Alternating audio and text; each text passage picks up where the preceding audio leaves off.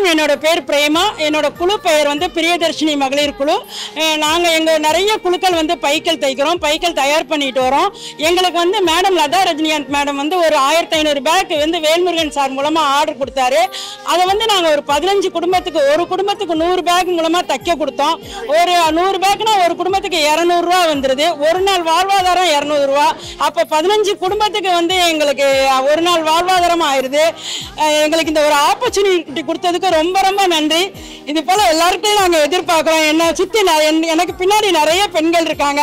அவங்களோட இதாக தான் நான் இன்னைக்கு இங்கே நிற்கிறேன். எதுக்காக இந்த பேக் நாங்கள் யூஸ் பண்ணுறோம்னா, கேரி பேக் எதுவும் யூஸ் பண்ணக்கூடாது, துணிப்பை உபயோகப்படுத்தணுன்ற நோக்கத்தில் தான் யூஸ் பண்ணியிருக்கோம்.